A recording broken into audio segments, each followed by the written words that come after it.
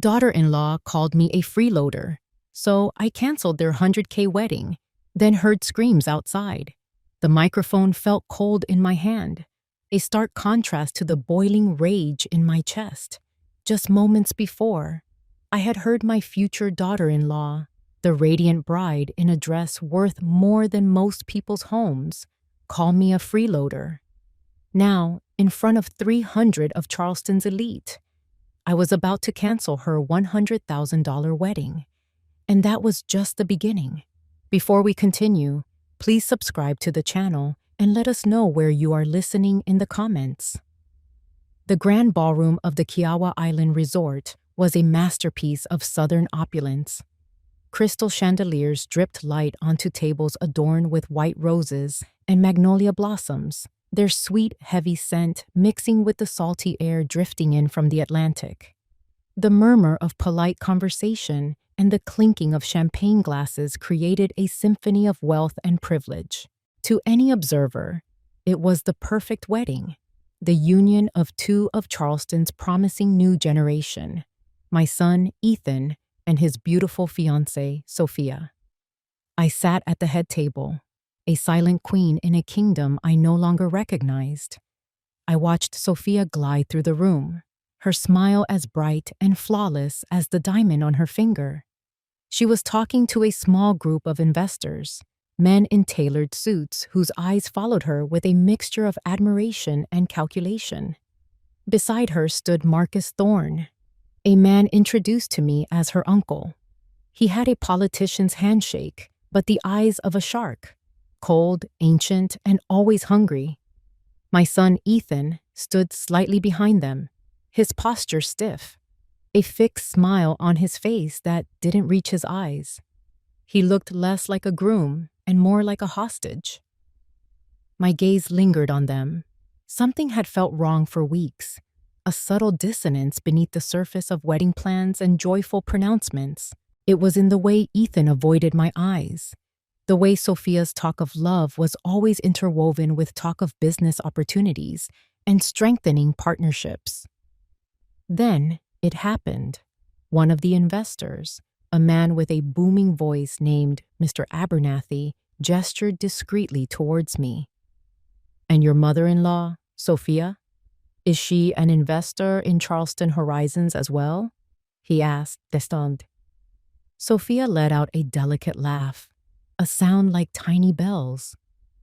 She leaned in, conspiratorially, but her voice was a stage whisper, perfectly pitched to carry across the short distance to my table. "Her?"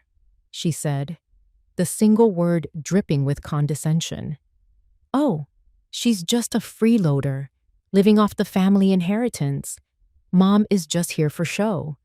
The real legal guarantor for our project is Ethan." The symphony of the ballroom went silent. The scent of magnolias turned sickly sweet. Freeloader. The word struck me with the force of a physical blow. 68 years of my life, of building a legacy with my late husband, of raising a son, of managing our finances with a strategist's mind, all of it erased by a single, venomous word. I looked at Ethan, hoping for a flicker of protest, a defense of his mother. Nothing. He just stared into his champagne glass as if it held the answers to the universe. In that moment, the weeks of vague unease solidified into icy certainty. This wasn't a wedding. It was a business transaction, and I was being written off as a worthless asset. But they had made a fatal miscalculation. They mistook my silence for weakness. They mistook my age for irrelevance. They had no idea who they were dealing with. My rage did not erupt. It cooled, hardened, and sharpened into a weapon. I stood up, my movements deliberate and smooth. Every eye in the room turned to me as I walked to the small stage where the band was taking a break. I picked up the microphone. The feedback's soft squeal was the only sound in the cavernous hall. I looked directly at Sophia. Her perfect smile faltered, a flicker of confusion in her eyes. I looked at Marcus Thorne, whose gaze narrowed with sudden, predatory focus. Finally, I looked at my son, whose face had gone pale. Before the bride and groom make their speeches, I began, my voice calm, clear, and carrying to every corner of the room. I have an important announcement to make. I paused, letting the silence stretch, letting the tension build until it was a palpable thing. The Hale family's investment of $100,000 into this project. I let the words hang in the air, then delivered the final fatal blow. Is officially canceled. A collective gasp swept through the crowd. Sophia's face was a mask of pure horror, her skin as white as her dress. Marcus Thorne took a half step forward, a snarl twisting his lips. But before anyone could speak, a woman's terrified scream ripped through the air from the back of the ballroom. It was a signal. Chaos erupted as a few guests began to shout and push, creating a diversion. And then, a new sound cut through the manufactured panic, real and terrifyingly close. The piercing, unmistakable wail of police sirens converging on us from all directions. The trap was sprung. A week before the wedding, before the public detonation, the first cracks appeared, not in the foundation of our family home, but on the delicate surface of a porcelain teacup. My study has always been my sanctuary. It's a room paneled in dark, rich mahogany, smelling of old books and beeswax, overlooking a garden where Spanish moss hangs from the ancient oaks like silver lace. It's where my husband, Richard, and I planned our lives, our finances, our son's future. It was a room built on logic, trust, and quiet strength. That afternoon, it felt like a stage for a poorly conceived play. Ethan and Sophia sat opposite me, perched on the edges of the leather armchairs that Richard had loved. A silver tea service sat between us on the mahogany coffee table, but it went untouched. My cup of Earl Grey grew cold, its fragrant steam long since vanished into the still, humid air. "We're so glad we could finally pin you down, Victoria," Sophia began, her voice smooth as honey. She slid a thin, glossy brochure across the table. On the cover, an artist's rendering of a sleek, modern condominium complex gleamed against a perfect Charleston sunset. The name was printed in elegant gold script, Charleston Horizons. "We wanted to officially present you with the opportunity to become a foundational partner," she continued, her smile never wavering. "This isn't just about the wedding. It's about building our future together." I picked up the brochure. The paper was heavy, expensive. The language inside was a waterfall of corporate buzzwords: synergistic growth, unparalleled coastal luxury, exclusive investment tranche. It felt alien in this room of cherished memories. My son, looking pale and drawn, cleared his throat. "Mom, this is my future, our future." He gestured toward the brochure as if it were a sacred text. "Your $100,000 would be the most important seed funding we could get. It's not just about the money. It's about showing our partners that we have the full backing of the Hale family. It's a vote of confidence." The words came out perfectly, but they were hollow. They weren't his. Ethan was a lawyer, precise and methodical. He didn't speak in pitches. He didn't use terms like seed funding when asking his mother for help. He was putting on a dog and pony show, and the strain of the performance was visible in the tight set of his jaw. I placed the brochure back on the table, my fingertips resting on the glossy image. My mind, the mind of a financial strategist who had navigated corporate mergers and hostile takeovers, was screaming. Red flags were going up everywhere. You don't call your family partners. You don't call a contribution to your future seed funding, not unless you're trying to sell them something they shouldn't be buying.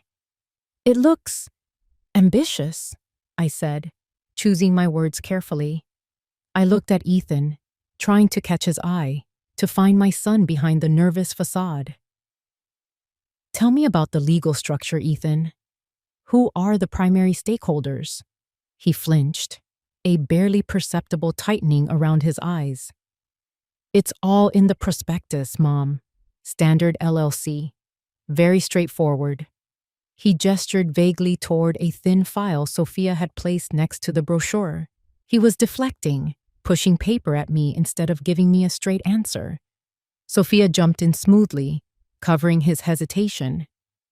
Marcus, my uncle, has handled all the corporate architecture. He's a genius with this sort of thing. Your investment would be completely secure, with a projected return of 20% in the first year alone. 20%. In real estate. In this market. An impossible number. A promise made to dazzle the unsophisticated.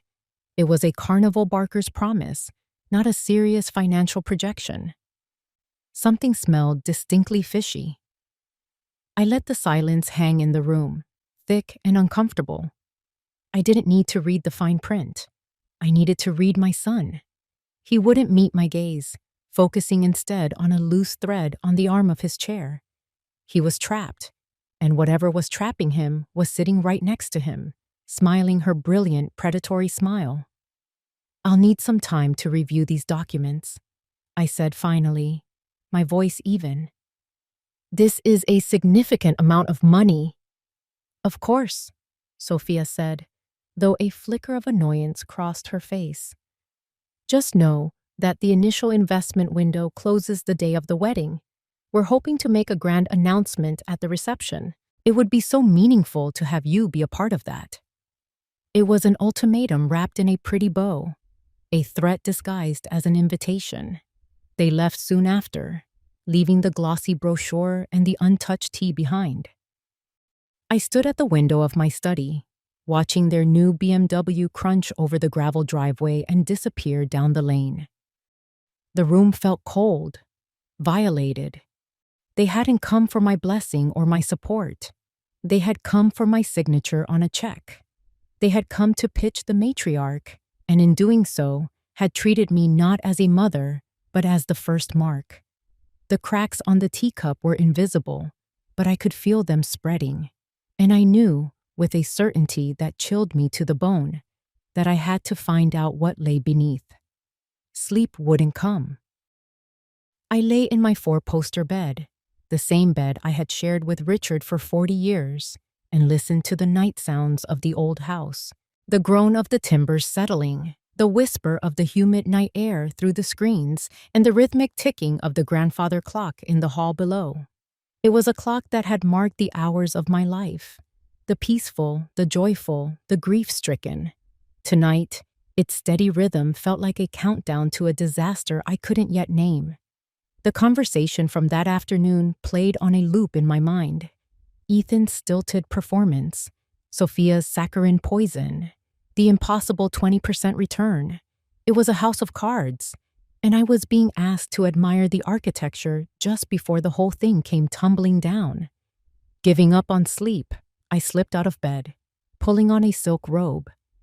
The wooden floors were cool beneath my feet as I made my way downstairs, my only intention to get a glass of cold water.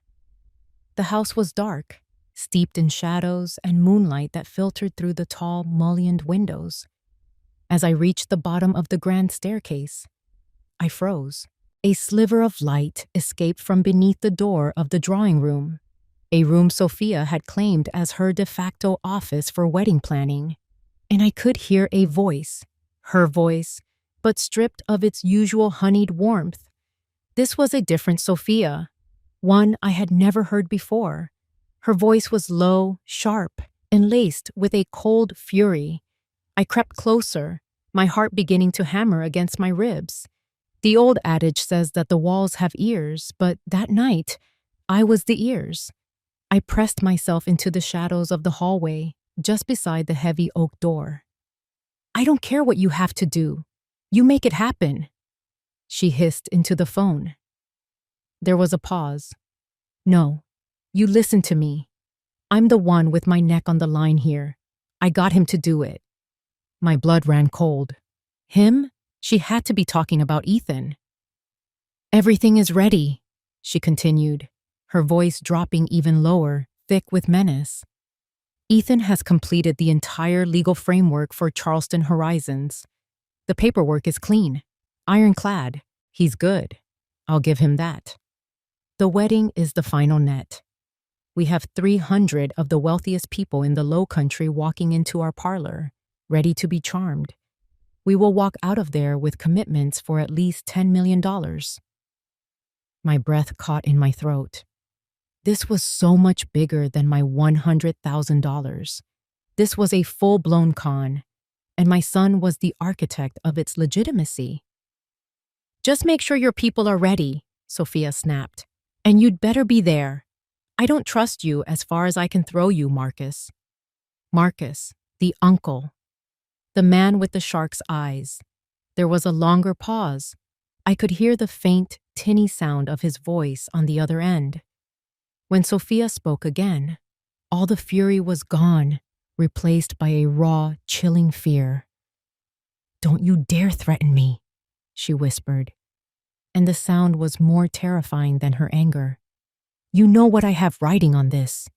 You know who I owe. Don't mess this up, Marcus, because if you do, neither of us will make it out of this alive. Do you understand me?" I didn't wait to hear the end of the conversation. I backed away from the door, my movements as silent as a ghost's. My mind was reeling, the pieces clicking into place with horrifying speed. This wasn't just about greed. It was about desperation. It was dangerous. My hand, trembling, went to the pocket of my robe. My phone. With fumbling fingers, I pulled it out. My first instinct was to call the police, to scream for help. But who would believe me? The word of an old woman against the city's new golden couple? No, I needed proof. I needed a weapon. I crept back toward the door, my fears solidifying into a cold, hard resolve. I swiped the screen of my phone, my thumb finding the voice memo app. I held the phone up, angling the base toward the sliver of light under the door. I took a steadying breath and pressed the button. A tiny red light blinked on, a single defiant spark in the overwhelming darkness of the hall. It felt like a declaration of war. The ticking of the grandfather clock no longer sounded like a countdown to disaster. It sounded like my own heart, steady and ready for the fight to come. The next morning, I drove not to my lawyer's office or the police station, but to a cluttered, book-filled apartment in a less fashionable part of Charleston. It was the home of Clara Bensley, and for the last 50 years, she had been my closest friend, my confidant, and my rock. While I had married into the quiet, structured world of old money, Clara had spent her life in the trenches as an investigative reporter, chasing down corrupt politicians and exposing corporate fraud. She was 70, sharp as a tack, and had a healthy disrespect for anyone who thought they could pull the wool over her eyes. If anyone could help me make sense of the nightmare I'd stumbled into, it was Clara. Her apartment was what she called organized chaos. Stacks of books threatened to avalanche from every surface. Old newspapers were piled in corners, and a massive corkboard on one wall was a spiderweb of maps, photos, and handwritten notes connected by colored string. The ghost of a long-solved investigation. The place smelled of strong coffee and newsprint. It was the war room of a retired general, and I had come to ask for one last campaign. She took one look at my face as she opened the door, and her usual wry smile vanished. "Victoria? What in God's name happened? You look like you've seen a ghost." "Worse, Clara," I said, stepping inside. "I think I've seen a monster." She led me to her small kitchen table, cleared a space by sweeping a stack of files onto a nearby chair, and poured me a mug of coffee so strong it could have stripped paint. I sat down, my hands trembling slightly as I wrapped them around the warm ceramic. "All right," she said, sitting opposite me, her gaze direct and unflinching. "Spill it from the beginning." I told her everything. The strange meeting in my study, the hollow words coming out of my son's mouth, the glossy brochure with its impossible promises. And then I took out my phone. "But this," I said, my voice barely a whisper. "This is what you really need to hear." I placed the phone on the table between us and pressed play. Sophia's voice filled the small kitchen, cold, sharp, and utterly devoid of the charm she wore like a cloak. The threats, the mention of Marcus, the chilling admission that Ethan had built the legal framework for their entire scheme. As the recording played, I watched Clara's face, her brow furrowed. The friendly concern in her eyes was replaced by the intense, analytical focus of the journalist she once was. She was no longer listening as a friend. She was listening for evidence, for weaknesses, for the truth hidden between the lines. When the recording ended, the silence in the room was heavy, broken only by the hum of the old refrigerator. Clara leaned back in her chair, letting out a long, slow breath. "Well, I'll be damned," she said softly. She looked at me, and her expression was grim. "Victoria, you were right to come to me. You need to understand what you're dealing with here. This isn't the voice of some run-of-the-mill loan shark. This is organized crime." The phrase hung in the air, more terrifying than I could have imagined.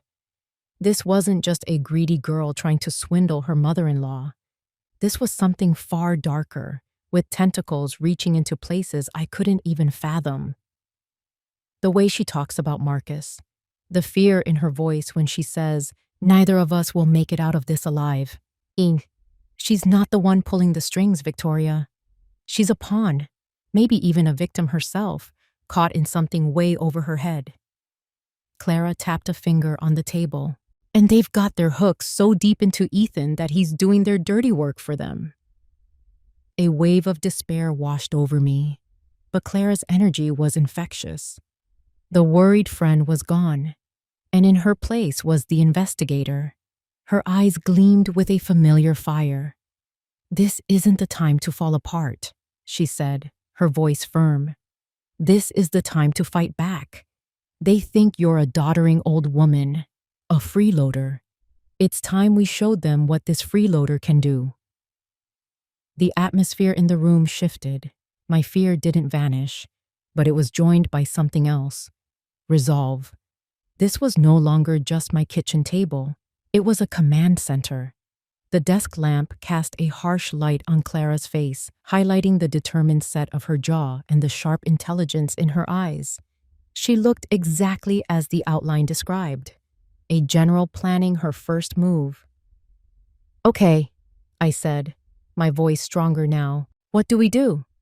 "First, we dig," Clara said, already rising from her chair and moving toward her computer. "You've given me the smoke. Now I'm going to find the fire.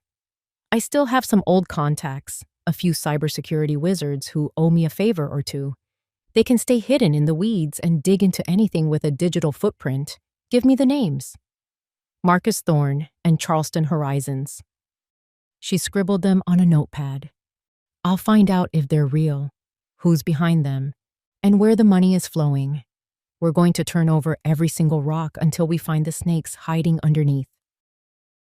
Before we continue, please subscribe to the channel and let us know where you are listening in the comments. 2 days later, I was back in Clara's apartment, pacing her worn Persian rug while she worked at her computer. The air was thick with tension and the smell of day-old coffee. For 48 hours, she had been a ghost, communicating only through a few cryptic texts. Getting warmer. Found a thread. The rabbit hole is deep. Now, she had summoned me. The hunt was over.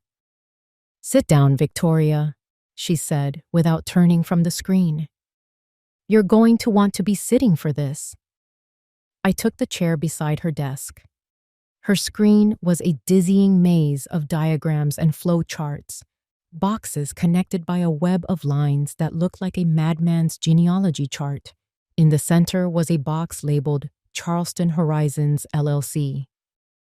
"Your instincts were dead on," Clara began, her voice tired, but edged with the grim satisfaction of a puzzle solved. Charleston Horizons is a ghost, a complete work of fiction. It exists only on paper, and even that paper is a lie. She pointed to the screen. It's a classic shell company. Think of it like a Russian nesting doll. Charleston Horizons is registered to a parent company called Low Country Holdings, which is owned by another entity called Atlantic Development Group, which in turn is a subsidiary of a Delaware corporation with a name so generic it's practically invisible. There are 5 layers of corporate camouflage between your son's project and any real human being. My financial background understood the structure, but my heart recoiled from the sheer deliberate deception of it all. And Marcus Thorne? I asked. His name isn't on a single document, Clara confirmed, tapping her keyboard. He's too smart for that. He's a ghost in the machine. But my contact ran a deep digital forensic analysis. Thorne's digital fingerprints are all over this. He used encrypted servers and burner emails, but he got sloppy once or twice.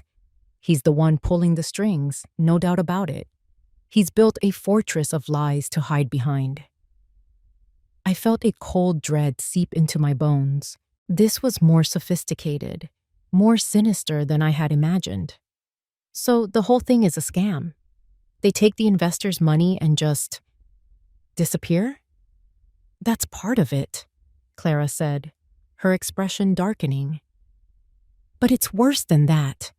That's not the real prize. She turned to face me, her eyes holding a deep and profound sorrow, as if she was about to deliver a physical blow. Victoria, where did you and Richard build your beach house? The one on Sullivan's Island? The question was so unexpected it threw me off balance. You know where it is. On that quiet stretch just past the old lighthouse. Why? Clara didn't answer. Instead, she clicked a few more times, and the corporate diagram was replaced by a familiar satellite map of the Charleston coastline. I could see the curve of Sullivan's Island, the marshlands, the glint of the sun on the water. It was a view I knew like the back of my hand. The brochure for Charleston Horizons was vague about the exact location, just mentioning prime coastal real estate, Clara said, her voice low. I dug into the City Planning Commission's database. I found the official project proposal they filed, and this is the proposed development zone. With a final click, a blood-red outline appeared on the map. It wasn't a vague shape. It was a precise, jagged perimeter. And it was a perimeter I recognized with a gut-wrenching, soul-crushing certainty. The red line didn't just include the area near my beach house. It completely, perfectly, and brutally encircled it. The air left my lungs. The house Richard and I had designed together. The place where we'd watched Ethan build sandcastles. The porch where we'd sat for 30 summers watching the tide roll in. It was all inside that red box. It wasn't just a target. It was the bullseye. They're not just after your money, Victoria, Clara said softly. They're after your land. They're after your home. They're after your memories. The shock was a physical thing, a wave of ice that washed over me, leaving me numb. But then, something else followed. A heat that started in my chest and spread through my veins, burning away the shock, the grief, the fear. It was rage, pure, cold, and absolute. Sophia's word echoed in my mind. Freeloader. It wasn't just a casual insult. It was a justification. In her mind, I was just an obstacle, an old woman squatting on a piece of land they wanted. This entire elaborate deception, the seduction of my son, the sham of a wedding, it was all a means to an end. And the end was the erasure of my life with Richard. This was no longer a fight to save my son from a mistake. This was a war to defend my very soul. The image on the screen, That red line drawn around my happy place like a noose was burned into my mind. It was a declaration of war, and I would be damned if I was going to let them win. I didn't call ahead. I didn't make an appointment. The next afternoon, I walked into the downtown law firm of Hale, Sutton and Associates, the firm my son had built from the ground up. His office was on the top floor, a corner suite of glass and steel with a panoramic view of the Cooper River Bridge. It was the epitome of modern success. Cool, minimalist, and impersonal. It looked like a place where difficult emotions were not welcome. His assistant, a young woman with a perpetually worried expression, tried to stop me. "Mrs. Hale, he's in a meeting. I don't think—" "His meeting just ended," I said, my voice leaving no room for argument, and walked past her desk, pushing open the heavy glass door to his office. Ethan was on the phone, his back to me, looking out at the view. He was wearing a suit so perfectly tailored it looked like armor.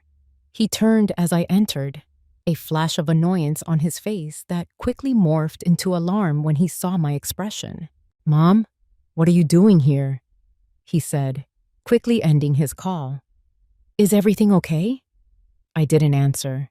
I walked to his expansive, polished desk, a surface so clean it looked like it had never been touched by human hands.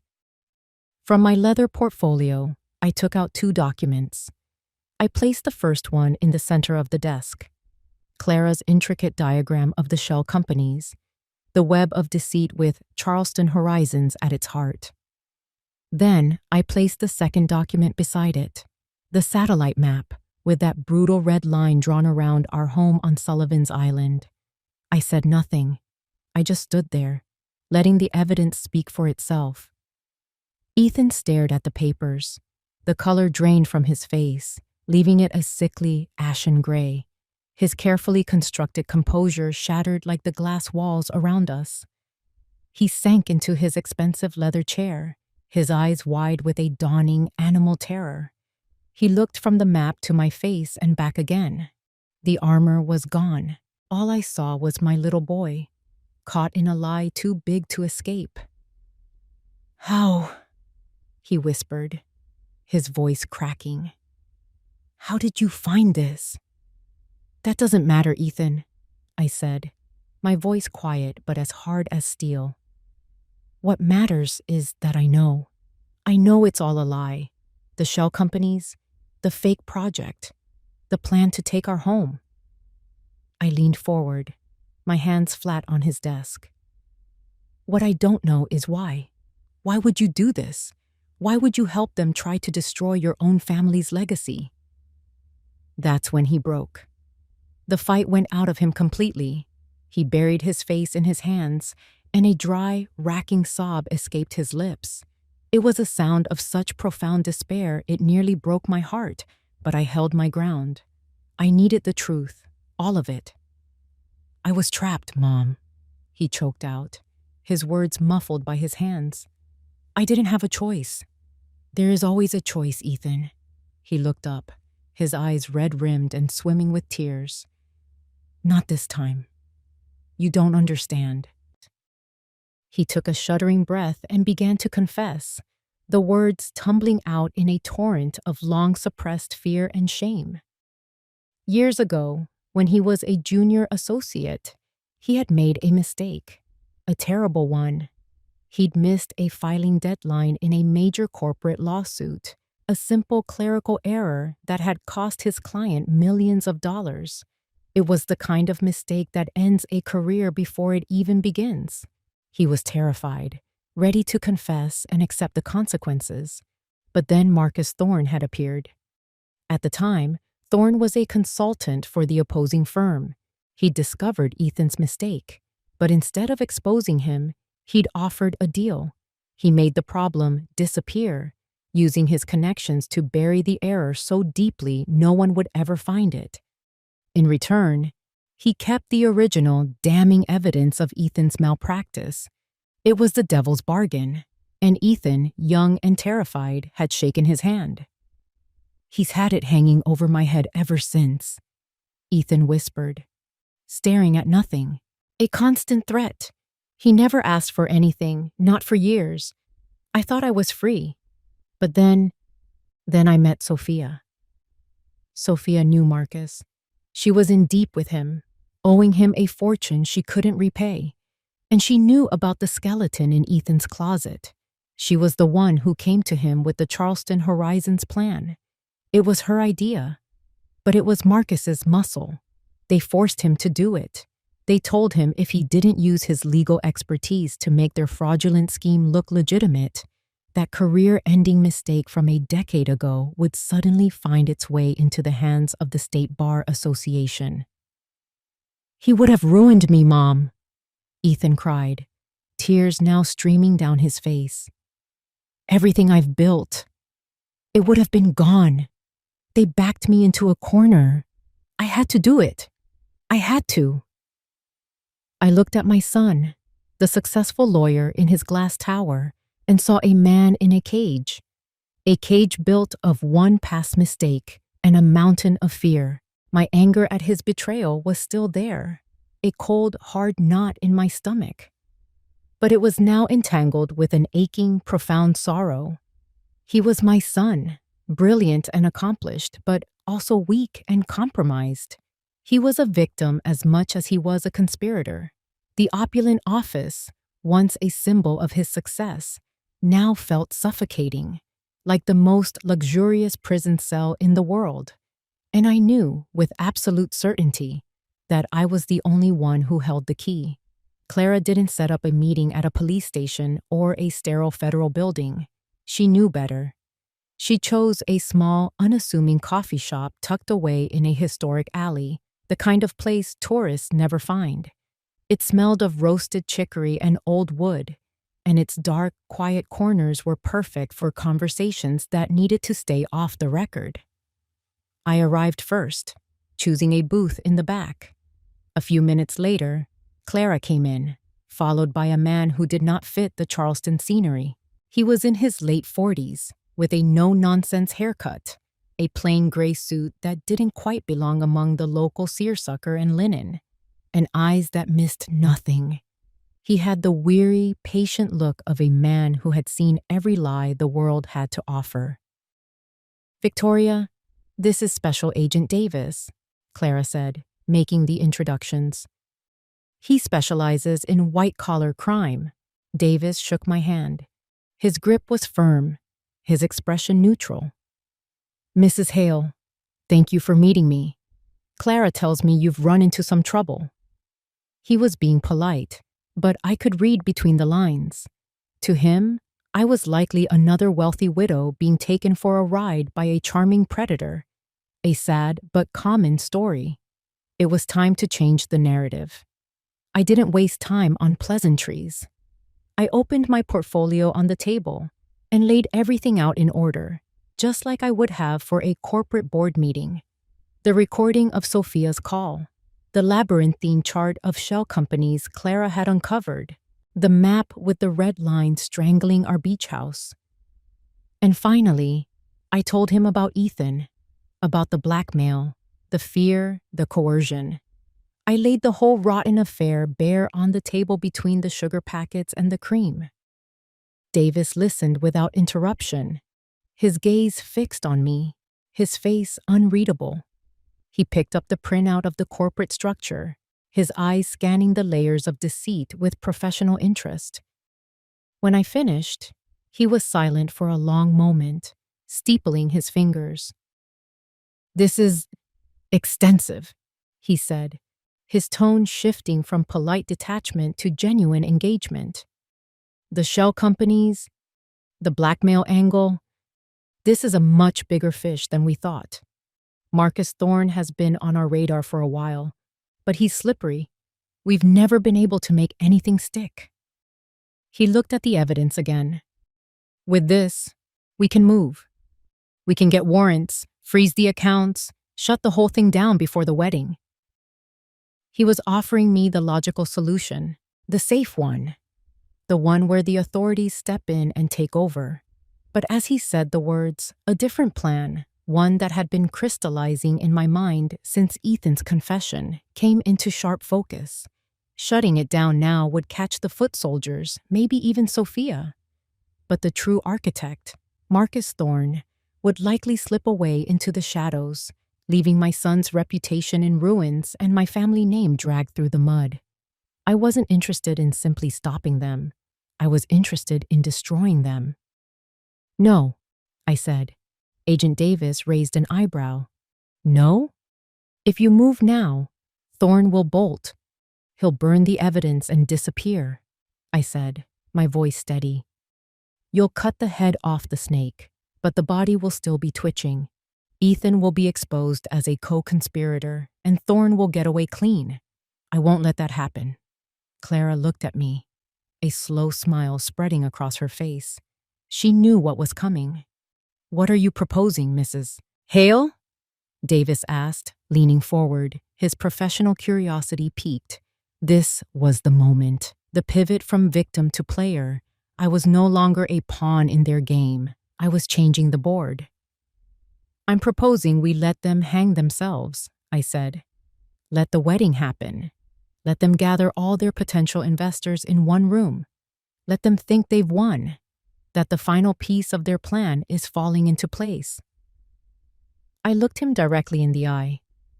Let them think they've successfully conned the old freeloader out of her money. I will be the bait. The idea hung in the air, audacious and dangerous. Davis stared at me, his initial skepticism now replaced with a look of reassessment. He was no longer seeing a distraught mother. He was seeing a strategist. He was seeing an asset. You want to walk into the lion's den, knowing the lions are waiting, he said, not as a question, but as a statement of fact. I want to help you lock the cage door from the inside, I countered. We let the entire transaction play out under your surveillance. We record everything. We catch them red-handed, with every investor in that room as a witness. We don't just get Thorne for fraud. We get him for conspiracy, racketeering, the whole 9 yards. And in the process, we secure a deal for Ethan as a cooperating witness. It was no longer a plea for help. It was a negotiation. I was offering him the one thing he couldn't get on his own, a front-row seat to the crime of the century in Charleston society, gift-wrapped and delivered. Agent Davis was silent for a full minute, his mind clearly working, weighing the risks against the potential reward. Finally, a slow, grim smile touched his lips. Mrs. Hale, he said, a newfound respect in his voice. It seems Marcus Thorne picked a fight with the wrong family. The private client room at my bank was a space designed to soothe the nerves of the wealthy. It was all muted colors, plush carpeting, and discreet, silent service. A young woman brought in a tray with a silver pot of coffee and porcelain cups, then vanished without a word. The only thing out of place was the man sitting across the polished mahogany table from me. Agent Davis, looking as comfortable in this temple of finance as a wolf in a sheep pen. Another agent, a woman with a hawk-like focus, sat in the corner, a laptop open in front of her. She never spoke, but her eyes never stopped moving. The account is live, Mrs. Hale, Davis said, his voice a low murmur. It was opened last week at a bank in the Cayman Islands, then routed through 2 other offshore accounts before terminating in Delaware. Classic money laundering 101. As soon as your transfer hits, it will trigger silent alarms on every one of them. We'll have a complete digital map of where the money goes and who touches it. My own money, $100,000 of the inheritance Richard had worked his entire life to build, now being used as a tracer bullet, fired into the heart of their criminal enterprise. It felt like a violation, a sacrilege, but it was a necessary one. Are you ready? Davis asked, his gaze softening for a fraction of a second. He wasn't just asking about the transaction. He was asking if I was ready to take this irrevocable step, to knowingly place the bait in the trap. I nodded, my throat too tight to speak. I logged into my private banking portal on the tablet the bank provided. My hands were steady, a stark contrast to the turmoil in my soul. I navigated to the wire transfer screen. The bank account number and routing information for Charleston Horizons LLC were already there, provided by Ethan days ago. It felt like he was guiding my hand to my own execution. I typed in the amount, $100,000, a number that was both immense and insignificant in the grand scheme of things. It was the price of a wedding, the seed for a con, and now the cost of my son's freedom. My thumb hovered over the final confirmation button. This was it, the point of no return. I thought of Ethan's terrified face in his office, a man drowning in his own choices. I thought of the red line on the map, a scar across the landscape of my happiest memories. I took a deep breath and pressed down. The screen blinked. Transfer successful. A wave of nausea washed over me. I had done it.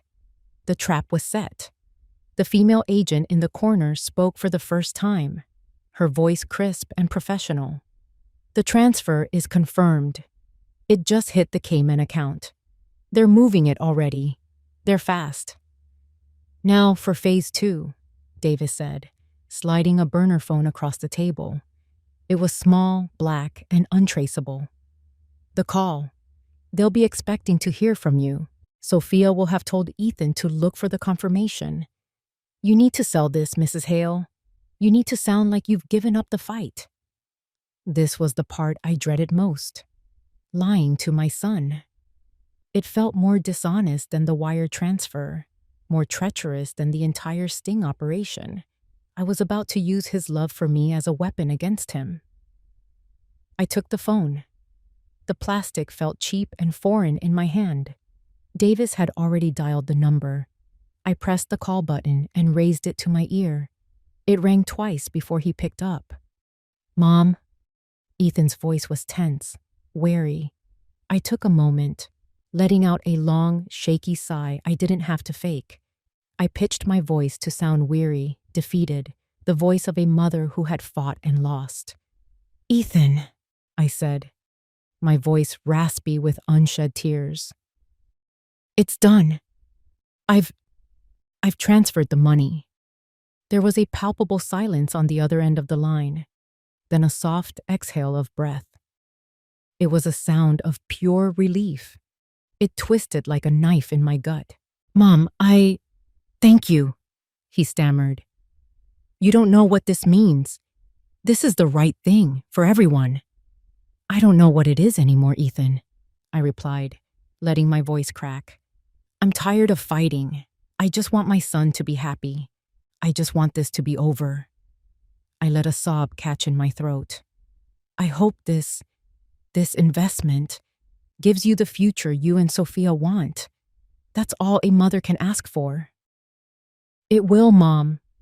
I promise, he said, his voice now confident, reassuring. He was buying it, hook, line, and sinker.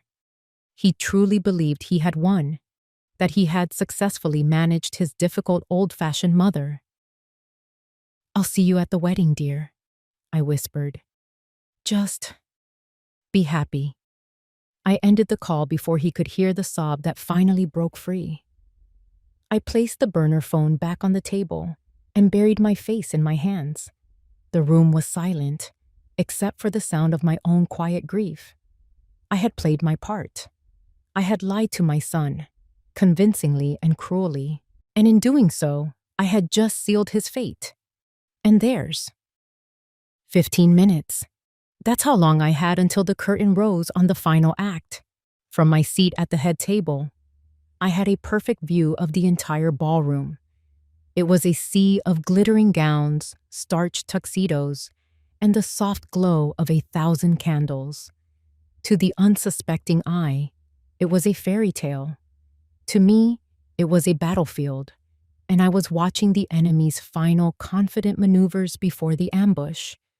I held a glass of champagne, but I didn't drink.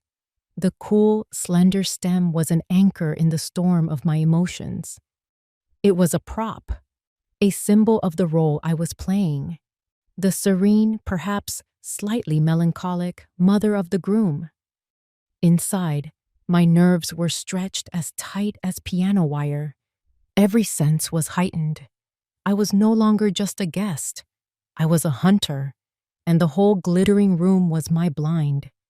My eyes found Sophia first. She was the picture of bridal perfection, laughing with a group of guests, tilting her head at just the right angle. But her performance was flawed. Every few seconds, her gaze would dart to the ornate clock on the ballroom wall, a flicker of impatience in her eyes. Then, she'd subtly check the delicate diamond watch on her wrist, a nervous tick she probably didn't even know she had. She was a woman running out of time, desperate for the grand finale to begin. Then, I saw Marcus Thorne. He was standing near the French doors that led out to the terrace, deep in conversation with a man I didn't recognize. The man was nondescript, easily forgettable, but he was carrying a sleek black leather briefcase. As I watched, Marcus clapped the man on the shoulder, a gesture of finality. The man nodded, handed the briefcase to Marcus, and then melted back into the crowd as if he'd never been there. Marcus held the case for a moment, his knuckles white. It was the prize, the collection plate from his flock of unsuspecting sheep. He was a wolf counting his chickens before they'd even hatched. Finally, my gaze fell on my son. Ethan was standing alone by the champagne fountain, a half-empty glass in his hand. He wasn't mingling. He wasn't smiling. He was staring into the cascading liquid with a vacant expression, like a man watching his own life drain away. He took another long swallow of champagne, his third in the last 10 minutes. He was trying to drown the guilt, to numb the fear. He looked lost, a ghost at his own wedding. A profound, aching sadness washed over me, but I pushed it down. There would be time for sorrow later. Tonight was for justice. I scanned the crowd, my heart beating a little faster. I was looking for a plain gray suit in a sea of black and white. And then I saw him. Agent Davis was standing near the bar, chatting with an elderly couple, looking for all the world like a distant cousin from out of town. He held a glass of whiskey, swirling the amber liquid. He wasn't looking at me, but he knew exactly where I was. As if he could feel my gaze, he glanced up, his eyes sweeping the room. For a fraction of a second, our gazes met across the crowded ballroom. There was no smile, no sign of recognition, just a slow, almost imperceptible nod. It was the signal. All systems go. The team is in position. We are ready when you are. A strange calm settled over me. The pieces were all on the board. The queen was in her castle.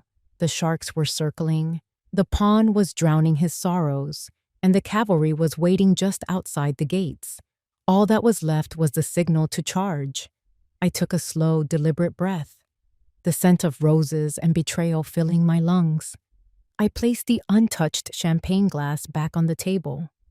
The soft clink of crystal on linen sounded like a gavel falling in the silent courtroom of my mind. The time for observation was over. The time for action had arrived. It was time to walk to the stage. The walk from my table to the stage was the longest 20 yards of my life. Each step was deliberate, measured. The rustle of my silk gown was the only sound I could hear over the frantic drumming of my own heart. The air, thick with the scent of flowers and expensive perfume, seemed to part before me. 300 pairs of eyes followed my progress, a ripple of curiosity turning into a wave of expectant silence. The band had finished their set, leaving a quiet void that I was about to fill with thunder. I reached the small, elevated stage and ascended the 2 steps. The polished wood felt solid beneath my heels. The microphone stood waiting in its stand, a silent scepter. I wrapped my hand around its cool metal body, lifted it free, and stepped to the center of the stage. The ballroom lights were warm on my face, but the glare didn't blind me. It sharpened my focus. I could see every detail with a crystalline, almost painful clarity. I was no longer a guest at a wedding. I was the judge, the jury, and the executioner, standing on a scaffold of my own design. My gaze swept across the room and found my targets. First, Sophia. She stood frozen beside the wedding cake, a champagne flute halfway to her lips. Her perfect smile had dissolved into a mask of confusion and dawning apprehension. The color was beginning to drain from her face, leaving her looking like a porcelain doll on the verge of cracking. She knew, on some primal level, that the script had just been thrown into the fire. Next, Marcus Thorne. He had been making his way toward the exit, briefcase in hand, a man ready to cash out and disappear. He had stopped dead in his tracks. He turned slowly, and his eyes met mine. There was no confusion in his gaze, only a sudden, chilling flash of recognition, followed by a wave of pure, murderous rage. He understood immediately that he had been outplayed, that the mouse had turned out to be a tiger. He looked like a cornered animal, ready to kill. Finally, I looked at my son. Ethan was still by the fountain, but he was no longer staring into its depths. He was staring at me, his mother, standing on a stage where she didn't belong, holding a microphone she had no reason to touch. His face was a canvas of utter bewilderment and a deep, gut-wrenching dread. He looked like a man waking from a long nightmare, only to find himself in a far worse reality. I drew a slow, steadying breath. This was for Richard's memory. This was for the home we built. This was for the son I was about to lose in order to save. I brought the microphone to my lips. My voice, when it came, was not the voice of a grieving widow or a confused old woman. It was the voice of Victoria Hale, the strategist, the matriarch, the woman they had so fatally underestimated. It was calm, clear, and carried to every corner of the silent waiting room. Before the bride and groom make their speeches, I began, letting the words settle into the profound quiet. I have an important announcement to make. I paused.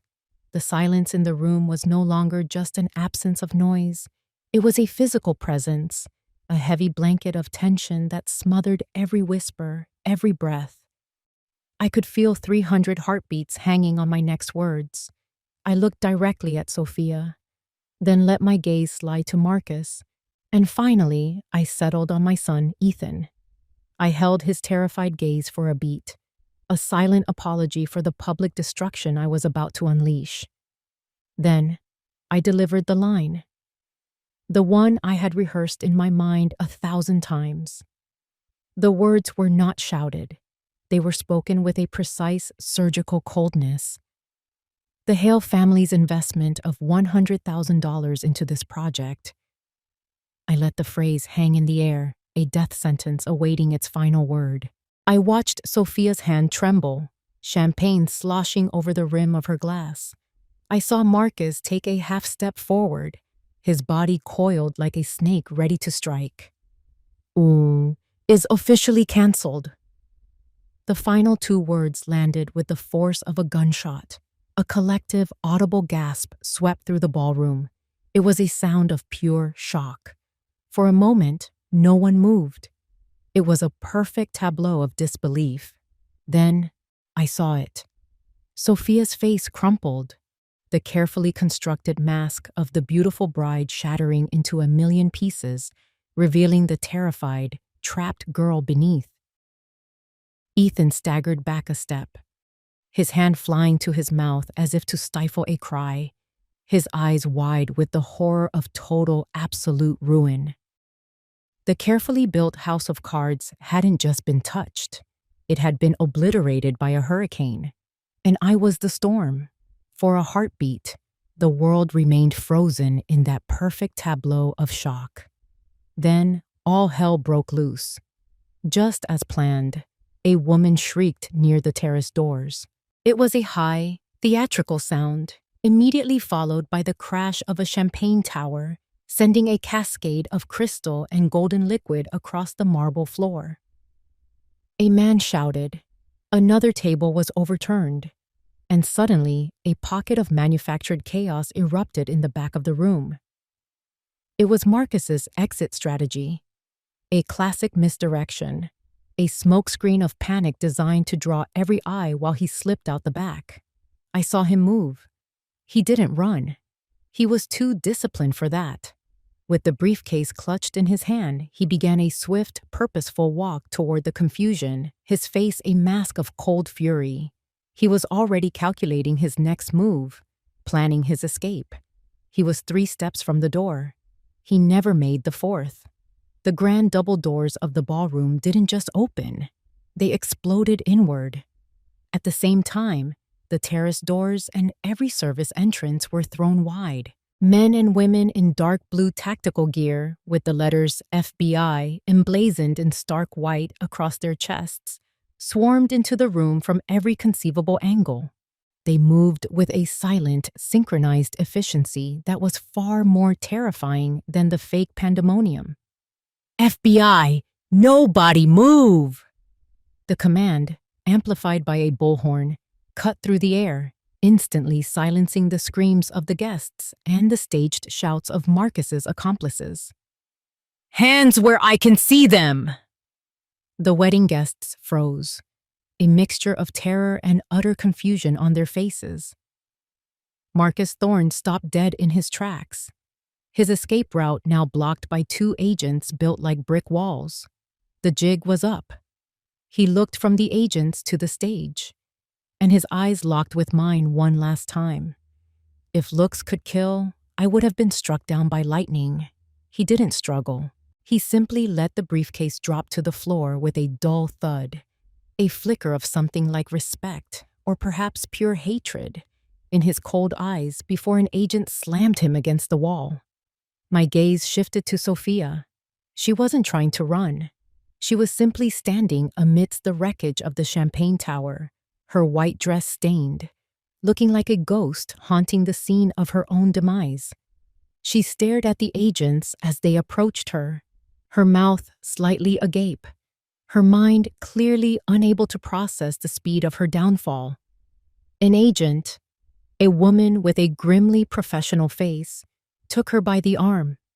Sophia Dubois, you're under arrest.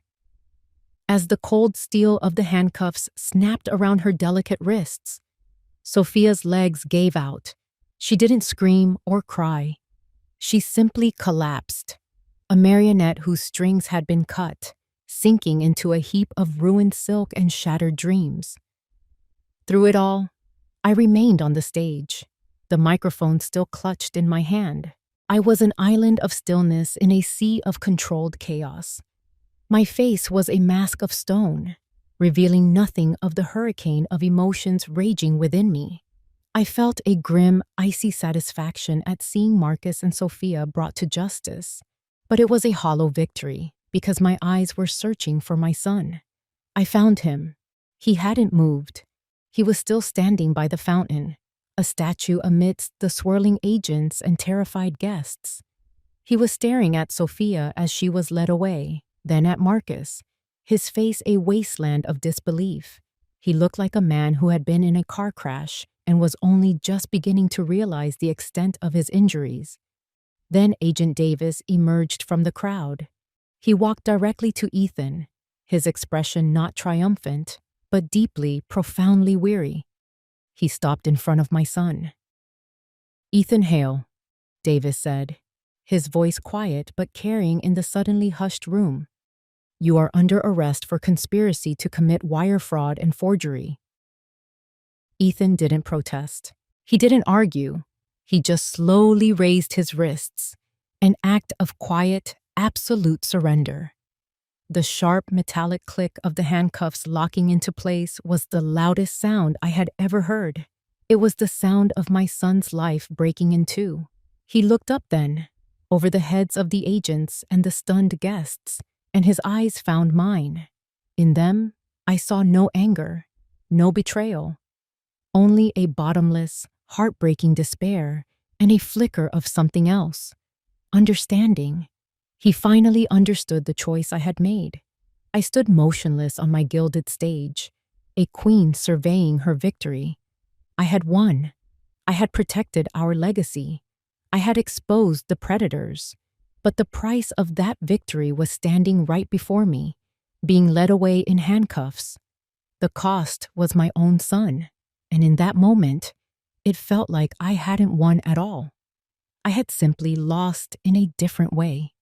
A year can be an eternity, or it can be the blink of an eye. For me, it had been both. I sat on the wide, weathered porch of our beach house on Sullivan's Island, the one Richard and I had built with our own hands so many summers ago. The morning air was soft and clean, carrying the familiar scent of salt and sweetgrass. A gentle breeze rustled the Spanish moss hanging from the live oaks, making them sway like sleeping giants.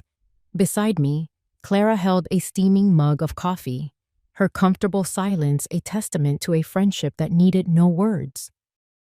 The sound of the waves was a constant, soothing rhythm, a gentle shushing that had washed away the sharp edges of the past 12 months. It was the sound of healing. Inside the house, a television was on, the volume low. A local news anchor was recapping the final verdict in what the media had dubbed the wedding of the century fraud. Marcus Thorne, the anchor was saying, her voice crisp and professional.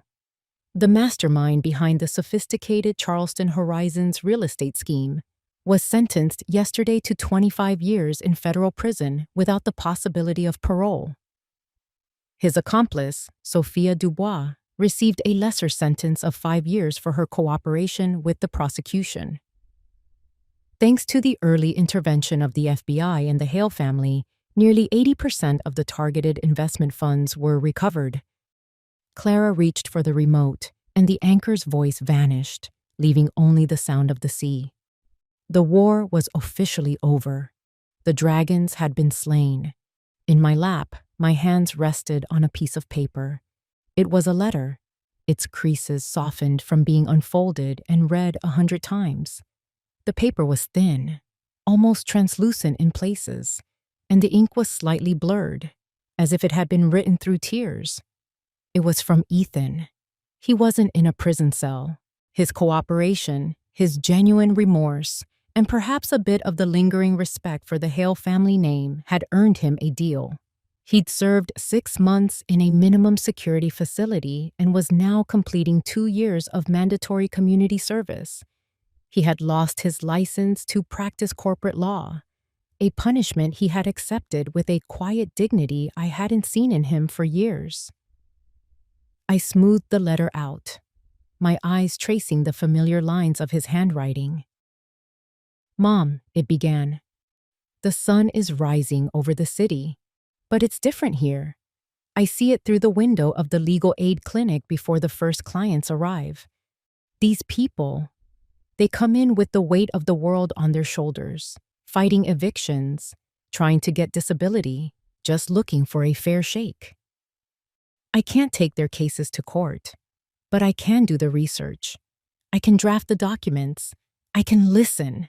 It's the first time in a decade that my work has felt clean." I spent a lot of time thinking about that day, about everything that led up to it. For so long, I told myself I was a victim, that I was trapped, but that was a lie I used to help me sleep at night. The truth is, I made a choice a long time ago, the moment I decided to hide my mistake instead of facing it. I chose the easy way out, and it led me down a road that got darker with every step. I'm learning to forgive myself. It's slow work. Some days are harder than others. But the one thing that keeps me going is knowing that you haven't given up on me. I paused, my finger resting on the last, most important paragraph, the words that had both broken my heart and healed it at the same time. "Sophia called you a freeloader." I stood there and let her say it. It's the greatest shame of my life. Because the truth, Mom, is that I was the one freeloading all along. I was freeloading off your integrity, off the good name you and Dad built, off a lifetime of your unconditional love. I took it all for granted. Thank you for not giving up on me. Thank you for showing me what real strength looks like. I folded the letter carefully and looked out at the horizon, where the sun was now a brilliant blazing orange, painting the underside of the clouds in shades of rose and gold. A new day was beginning. The victory hadn't brought parades or celebration. It had brought this, a quiet, profound peace. A peace born of survival, of truth reclaimed. I had lost so much. The illusion of a perfect son, the innocence of our family's name. But in the ashes, I had found something far more valuable. I had found my son again, not the one I thought he was, but the man he was becoming. I had protected our home, our legacy. Sophia had called me a freeloader, an old woman living off the past. She was wrong. I wasn't a freeloader. I was a protector, and my watch was finally over. If you enjoyed this story, please like the video, subscribe to the channel, and comment 1 below. If not, feel free to comment 0 so we know and can improve future videos. To hear the next story, click the box on the left. Thank you for watching.